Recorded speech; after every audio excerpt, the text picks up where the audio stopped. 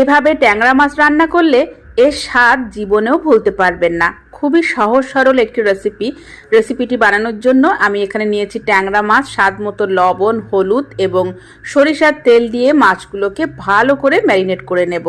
এখানে আমি প্রায় 300 গ্রামের মতো ট্যাংরা মাছ নিয়েছি। এবার এই ম্যারিনেট করা মাছগুলোকে আমি হালকাভাবে ভেজে নেব।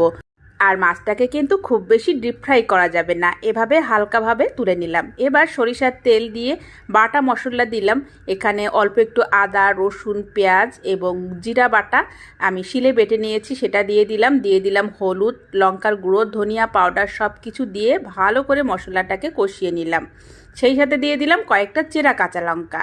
এবার আমি দিয়ে দিলাম আগে থেকে ভেজে রাখা মাছগুলো দিয়ে ভালো করে মশলার সাথে মিশিয়ে নিলাম। দিয়ে দিলাম পরিমাণ মতো জল। এবার 3 মিনিট জাল করে নামিয়ে নিতে হবে। ভালো লাগলে লাইক করবেন, শেয়ার করবেন, সাবস্ক্রাইব করে রাখবেন।